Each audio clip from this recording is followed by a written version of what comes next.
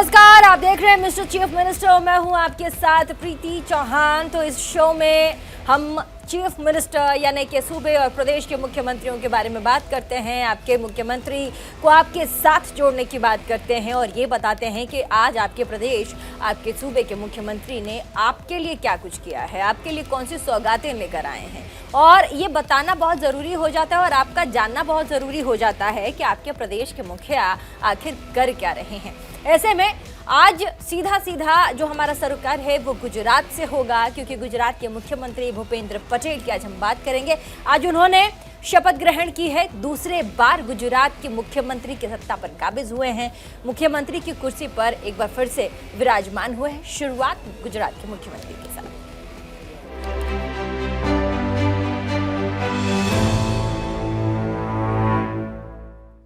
और गुजरात में एक बार फिर से सरकार बन गई है। गुजरात में मुख्यमंत्री पद की शपथ ग्रहण के बाद भूपेंद्र पटेल मुख्यमंत्री बन चुके हैं। भूपेंद्र पटेल ने गुजरात के मुख्यमंत्री के रूप में अपने लगातार दूसरे कार्यकाल के लिए शपथ ली। उन्हें राज्यपाल आचार्य देवव्रत ने पद एवं गोपनीयता की शपथ दिलाई है। भूपेंद्र पटेल के साथ 16 विधायकों ने मंत्री पद की शपथ ली। गांधीनगर में नई सचिवालय के पास हेलीपैड ग्राउंड में शपथ ग्रहण समारोह आयोजित किया गया। इस कार्यक्रम में प्रधानमंत्री नरेंद्र मोदी, केंद्रीय गृह मंत्री अमित शाह, बीजेपी अध्यक्ष जेपी नड्डा, रक्षा मंत्री राजनाथ सिंह, सड़क परिवहन एवं राजमार्ग मंत्री नितिन गडकरी, केंद्रीय स्वास्थ्य मंत्री मनसुख मांडविया, केंद्रीय मंत्री पुरुषोत्तम रूपाला, सर्बानंद सोनोवाल, साथ ही बीजेपी शासित राज्यों के मुख्यमंत्री भी मौजूद रहे। हूँ भूपेंद्र रजनीकांत पटेल ईश्वर અમે સોગંદ લઉં છું કે ઈશ્વરના નામે સોગંદ લઉં છું કે કાયદાથી સ્થાપિત ભારતના સંવિધાન પ્રત્યે કાયદાથી સ્થાપિત ભારતના સંવિધાન પ્રત્યે હું સાચી શ્રદ્ધા અને નિષ્ઠા ધરાવીશ. સાચી શ્રદ્ધા અને નિષ્ઠા ધરાવીશ. હું ભારતના સાર્વભૌમત્વનું અને ભારતના સાર્વભૌમત્વનું અને અખંડતાનું સમર્થન કરીશ. અખંડતાનું સમર્થન કરીશ. અને હું ગુજરાત રાજ્યના મુખ્યમંત્રી તરીકેના ગુજરાત રાજ્યના મુખ્યમંત્રી તરીકેના મારા કર્તવ્યો શ્રદ્ધાપૂર્વક અને અંતઃકરણપૂર્વક બજાવીશ. શ્રદ્ધાપૂર્વક અને અંતઃકરણપૂર્વક બજાવીશ. અને ભય કે પક્ષપાત રાગ કે દ્વેષ વિના તમામ લોકો સાથે સંવિધાન અને કાયદા અનુસાર ન્યાયપૂર્વક વર્તીશ. હું ભૂપેન્દ્ર રજનીકાંત પટેલ ઈશ્વરના નામે સોગંદ લઉં છું કે ઈશ્વરના નામે સોગંદ લઉં છું કે હું ગુજરાત રાજ્યના મુખ્યમંત્રી તરીકે જે કોઈ બાબત મારી વિચારણા માટે લાવવામાં આવશે અથવા મારા જાણવામાં આવશે તેની જાણ એવા મુખ્યમંત્રી તરીકેના મારા કર્તવ્યોના યોગ્ય પાલન માટે આવશ્યક હોય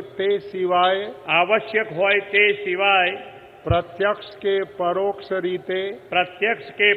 રીતે કોઈ પણ વ્યક્તિ અથવા વ્યક્તિઓને કરીશ નહીં અથવા તેની કે તેમની આગળ તેને પ્રગટ કરીશ નહીં. और मुख्यमंत्री भूपेंद्र पटेल के सिपाही यानी कि उनकी कैबिनेट में मंत्री और चेहरे कौन होंगे उनके बारे में भी आपको बताते हैं। तो कैबिनेट मंत्री कौन कौन से हैं उनके बारे में सबसे पहला जो नाम है वो है कन्हूभाई देसाई का ये कैबिनेट में होंगे, गुजरात के कैबिनेट में होंगे, विधानसभा के कैबिनेट में होंगे। ऋषिकेश पटेल ये भी कैबिनेट मंत्री होंगे। राघवजी पटेल ये भी कैबिनेट में होंगे, कैबिनेट के मंत्री होंगे। और ये तस्वीर है राघव जी पटेल की। आगे बढ़ेंगे, बलवंत सिंह राजपूत ये भी होंगे। मुख्यमंत्री भूपेंद्र पटेल के सिपाही होंगे, ये कैबिनेट के मंत्री होंगे बलवंत सिंह राजपूत। आगे बढ़ते हैं, और कौन से सिपाही हैं जो मुख्यमंत्री भूपेंद्र पटेल के कैबिनेट में शामिल होंगे। कुंवर जी बावलिया भी मुख्यमंत्री के एक सिपाही हैं और कैबिनेट के मंत्री में कुंवर जी बावलिया होंगे। मुल्लू भाई बेरा का नाम भी काफ़ी सुर्खियों में रहा कि शायद ये बन सकते हैं, और ऐसे में मुख्यमंत्री भूपेंद्र पटेल के सिपाही के तौर पर मुल्लू भाई बेरा भी कैबिनेट में होंगे। भानुबेन बावरियाट कैबिनेट मंत्री होंगी और ये भी आपको विधानसभा में दिखाई देंगे। कुबेर डिडोर राज्य मंत्री स्वतंत्र प्रभार से बनाए गए हैं, ये भी आपको कैबिनेट में दिखाई पड़ेंगे। हर्ष सांघवी राज्य गृह मंत्री रहे हैं गुजरात में, और अब इन्हें भी कैबिनेट दी गई है, राज्य मंत्री स्वतंत्र प्रभार इन्हें दिया गया है। जगदीश विश्वकर्मा का नाम भी काफ़ी चर्चित है, और ऐसे में राज्य मंत्री स्वतंत्र प्रभार से जगदीश विश्वकर्मा को भी नवाजा गया है, और आप इन्हें भी कैबिनेट में देख पाएंगे। मैम आगे बढ़े, मुकेश पटेल कैबिनेट में होंगे मंत्री, और इन्हें भी आप विधानसभा के पटल पर देख पाएंगे। पुरुषोत्तम सोलंकी ये भी होंगे, पुरुषोत्तम सोलंकी भी मुख्यमंत्री भूपेंद्र पटेल की टीम में होंगे, और आप पुरुषोत्तम सोलंकी को भी विधानसभा के पटल पर देख पाएंगे। बच्चू भाई खाबड़ भी राज्य मंत्री हैं, मुख्यमंत्री भूपेंद्र पटेल के सिपाही, और आप विधानसभा के पटल पर बच्चू भाई को भी देख पाएंगे। प्रफुल्ल पानसेरिया भी होंगे, और आप इन्हें भी राज्य मंत्री के तौर पर ये होंगे, और इन्हें भी आप विधानसभा के कैबिनेट में देखेंगे। भिखू सिंह परमार भी राज्य मंत्री, और इन्हें भी आप कैबिनेट में देखेंगे। कुंवर जी हलपति भी आपको कैबिनेट में नजर आएंगे, और ये भी सिपाही हैं भूपेंद्र भाई पटेल के। आगे बढ़ेंगे, बात हिमाचल प्रदेश के भी कर लेते हैं। हिमाचल प्रदेश का मुख्यमंत्री बनते ही सुखविंदर सिंह सुक्खू ने एक बड़ा ऐलान किया है। मुख्यमंत्री सुखविंदर सिंह सुक्खू ने राज्य में पुरानी पेंशन योजना को लागू करने का ऐलान कर दिया। मुख्यमंत्री सुखविंदर सिंह सुक्खू ने कहा कि पहली कैबिनेट की बैठक में पुरानी पेंशन योजना को लागू करने पर मुहर लग गई है। मुख्यमंत्री ने आगे कहा कि हमने 10 गारंटी दी थी और हम उनको अब लागू भी करेंगे। मुख्यमंत्री ने कहा कि हम पुरानी पेंशन योजना को लागू करेंगे, पारदर्शी रखेंगे, ईमानदार सरकार चलाएंगे। महिलाओं को मासिक तकरीबन 1500 रुपए और उपभोक्ताओं को मासिक 300 यूनिट बिजली फ्री देने के संबंध में मंत्रिमंडल की पहली बैठक में विचार विमर्श भी किया जाएगा, जो भी कर्मचारी और प्रदेश के आमजन के हित में होगा। प्रदेश सरकार उसे करने के लिए कदम उठाएगी। आपको बता दें कि हिमाचल प्रदेश में कांग्रेस ने पुरानी पेंशन योजना को बहाल करने का वादा किया था। राज्य में 205 लाख सरकारी कर्मचारी हैं, जिनमें से तकरीबन 1.5 नई पेंशन योजना के अंतर्गत आते हैं। 1 अप्रैल 2004 से देश में पुरानी पेंशन स्कीम बंद कर दी गई थी, जिसमें सरकार पेंशन का पूरा पैसा देती है। आज हमने ऑफिस संभाला, कांग्रेस पार्टी के विधायकों की बैठक बुलाई है। कांग्रेस पार्टी के सभी विधायकों को बैठक बुलाकर उनकी विधानसभा क्षेत्र के बारे में पूछा गया और एक नीतिगत फैसला किया गया। जो विधायकों को, जितने भी विधायक हैं, उन्होंने नीतिगत फैसला किया और मैं सभी विधायकों का धन्यवाद करना चाहता हूं। उन्होंने कहा हिमाचल भवन, हिमाचल सदन में जो हमारे रूम जो थे वो थोड़े कम पैसे लिए जाते थे विधायकों से और आम आदमी से ज्यादा पैसे लिए जाते थे। इस दृष्टिकोण से हमने एक फैसला किया कि हिमाचल भवन और हिमाचल सदन में या उनके परिवार, विधायकों के जो परिवार के हैं, जो आम नागरिक से पैसा लिया जाता है वही विधायकों से लिया जाएगा, अधिकारियों से लिया जाएगा और आम नागरिकों से लिया जाएगा। इस संदर्भ में हमने एक नीतिगत फैसला किया कि विधायक भी आम नागरिक की तरह सब ड्यूज पे करेंगे। ये विधायकों का फैसला है और अभी कैबिनेट का विस्तार होना है। पहली कैबिनेट में हमने कहा है कि हम ओपीएस लागू करेंगे, 2 योजनाएं लागू करेंगे। जैसे ही पहली कैबिनेट होगी उसके बाद उस फैसले के बारे में आपको बता दिया जाएगा। आम नागरिक की तरह सभी विधायकों से हिमाचल सदन, चाहे वो चंडीगढ़ में चाहे दिल्ली में है, उन सुविधाओं को जो विधायकों को मिलती है तुरंत प्रभाव से उन सुविधाओं को वापस ले लिया गया है और जो सुविधाएं आम नागरिक को मिलती है वो सुविधाओं के अनुसार उनको भी पे करना पड़ेगा।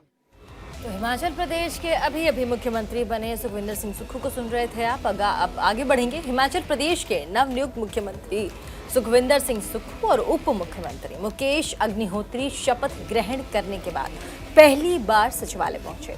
सचिवालय गेट के बाहर पुलिस की ओर मुख्यमंत्री सुखविंदर सिंह सुक्खू को गार्ड ऑफ ऑनर भी दिया गया। साथ ही हिमाचल प्रदेश सचिवालय सेवाएं संघ की ओर से नवनियुक्त मुख्यमंत्री का स्वागत भी किया गया।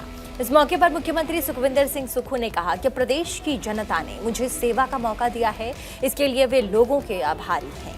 इस दौरान मुख्यमंत्री सुखविंदर सिंह सुक्खू भावुक हो गए। उन्होंने कहा कि राज्य में महिलाओं, किसानों, बागवानों, बुजुर्गों, युवाओं सहित सभी वर्गों के हितों का ध्यान रखा जाएगा। पूर्व मंत्री कौल सिंह ठाकुर को श्रेय देते हुए कहा कि वरिष्ठ नेताओं ने मेहनत करके पार्टी को आगे बढ़ाया। इनके मार्गदर्शन में सरकार काम करेगी, प्रदेश का विकास किया जाएगा।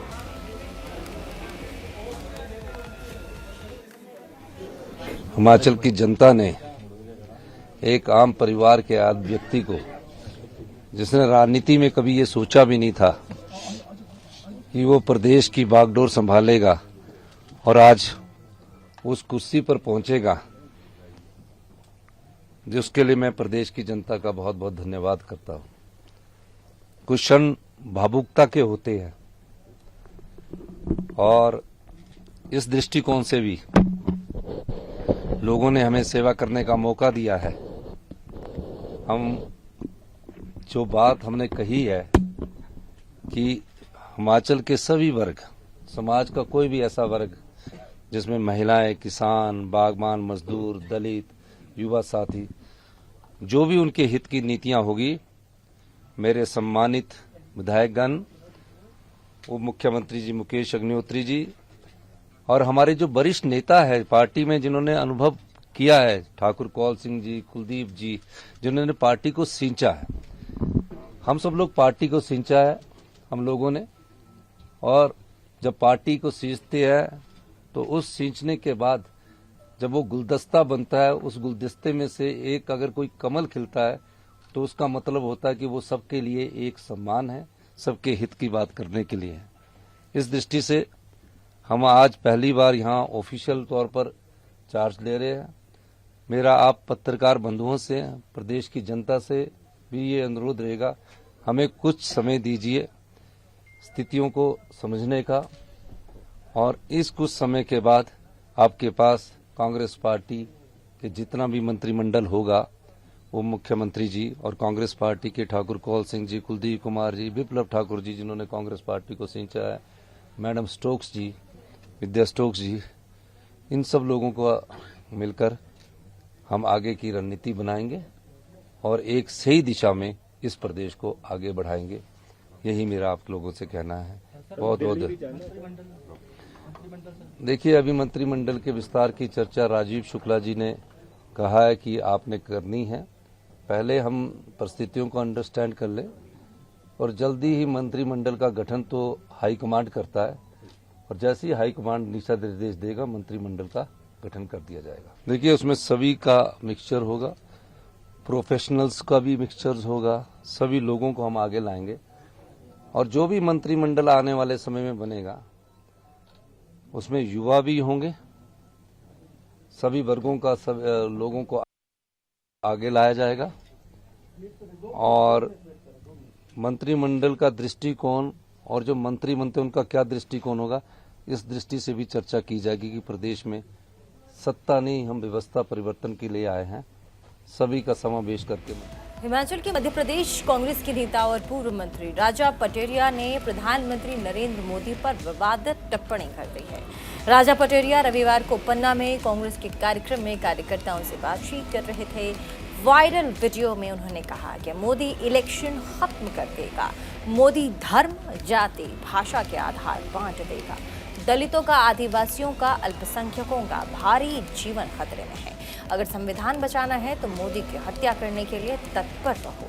हत्या इन द सेंस हराने का काम करो।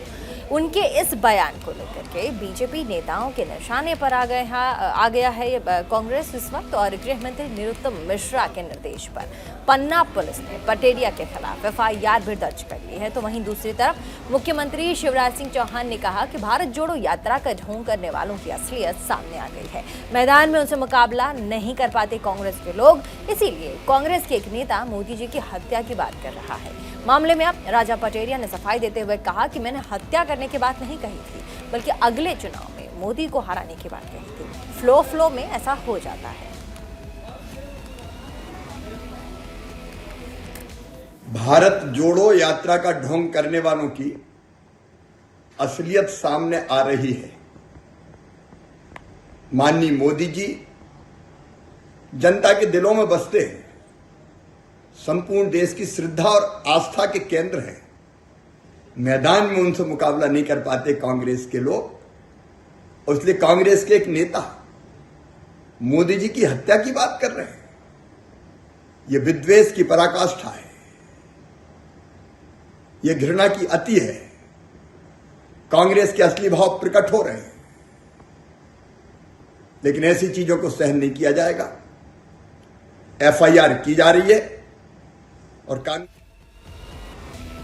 बिहार के मुख्यमंत्री नीतीश कुमार ने अपने गृह जिले नालंदा में डेंटल कॉलेज का उद्घाटन किया। डेंटल कॉलेज 410 करोड़ रुपए की लागत से बना है। इस कार्यक्रम की अध्यक्षता प्रदेश के उप मुख्यमंत्री तेजस्वी यादव ने की। इस मौके पर मुख्यमंत्री नीतीश कुमार स्वस्थ रहने और शराब ना पीने की अपील कर रहे थे। इसी के साथ मुख्यमंत्री ने आपसी भाईचारे पर भी जोर देते हुए कहा कि सभी को मिलकर रहना चाहिए, ना कि लड़ाई झगड़ा आपस में करना चाहिए। आपको यहाँ बताते चले कि डेंटल कॉलेज में nurse hostel, girls hostel, boys hostel, dental doctor resident और साथ ही रेजिडेंट डॉक्टर्स टाइप 1 से लेकर के 5 तक सभी अधीक्षक आवास बनाए गए हैं। और इस परिसर में तकरीबन 8.80 लाख लीटर क्षमता का अंडरग्राउंड वाटर टैंक भी तैयार किया जा रहा है। डेंटल कॉलेज अस्पताल बिहार का दूसरा सबसे बड़ा डेंटल कॉलेज है, जहां पर दांतों के इलाज के अलावा सामान्य लोगों का भी इलाज होता है।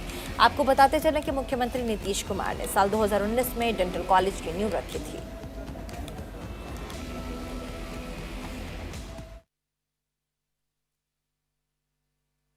बिजली का एक एक चीज हम लोग करवा रहे हैं और अगले 2 साल 3 साल के अंदर बाकी सब क्षेत्र तक हम लोग पानी पहुंचवा देंगे लोगों को। सिंचाई के लिए कोई दिक्कत नहीं होगी। सब तरह का इंतजाम हम लोग करने के लिए सब कुछ कर रहे हैं। तो इसलिए उस सब पर जरा इतना पर खाली हम लोग को कहना चाहते थे कि अच्छा आपके इलाज के लिए हम इंतजाम कर रहे हैं, तो अपने को बीमार करने के लिए काहे इंतजाम कर रहे हैं? जलाना कल होकर के बीमारी के लिए और दारू पीना भी कल होकर के बर्बाद होने के लिए। तब कुछ अभी भी देखते हैं इधर उधर कुछ न कुछ गड़बड़ करने वाला आदमी है, तो जरा सबको समझाइए कि बहुत बुरी चीज है, वो आदमी को बर्बाद कर देता है। इसलिए इस बात का ख्याल रखना चाहिए। तो इन सब चीजों और रुकेंगे छोटे से ब्रेक के लिए मिस्टर चीफ मिनिस्टर में। आज फिलहाल के लिए बस इतना ही। इसी के साथ देश और दुनिया की तमाम बाकी बड़ी खबरों को देखने के लिए बने रहिए न्यूज़ इंडिया 24/7।